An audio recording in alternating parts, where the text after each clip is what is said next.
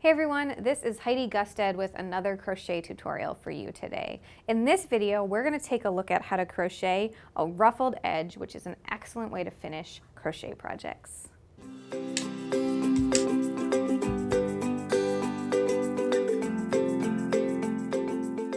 In front of me here, I have a ruffled bit of crochet that I'm going to show you how to make, and this can be added onto the end of crochet projects as an alternative to fringe or other embellishments.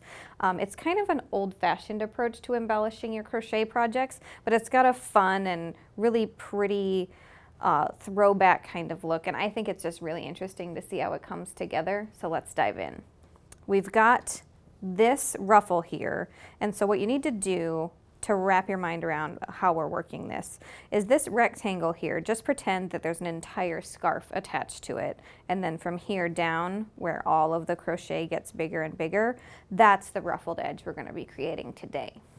So ahead of time for this video, I made a little rectangle of crochet as the pattern calls for that this ruffled edge came from.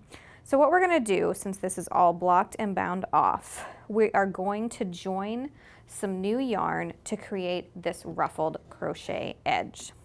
So to start, we're going to just pick a spot on the long side of this rectangle and attach our crochet with just a little chain to the corner of our work.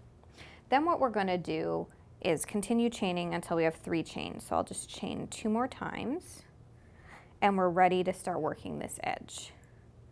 So what we're going to do is start with working a double crochet stitch in the same space, and I'm going to work around the little tail to wind it in as I work, just to save some time on finishing later. So here's our double crochet stitch right next to that initial chain of 3. Then what we're going to do is work 2 double crochet stitches in each space all the way across this edge. So the next space is 1 crochet and another one in the same spot. And we're still working around that tail to weave it in. So there's 2 more. Working in the next space, we'll double crochet twice and again, until we reach that last space where we end with 2 more double crochet stitches, like so. So now we have set up our work, so we're ready to work into those double crochet stitches on the next 2 rows. So to continue on, what we do in row 2 is the same thing we'll do in subsequent rows, which is we'll start with a chain 3 and turn, like so. And then in that first stitch, just like in the last row, we will work 1 double crochet stitch, and then in all the other stitches, all of the way across, we're going to double crochet twice in each stitch. And so we'll be doubling the stitch count from the previous row.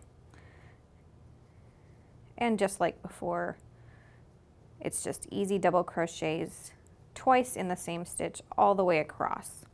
And so that's kind of the end of the demonstrating how to work this. But let's take a look back at this swatch to see what this turns into.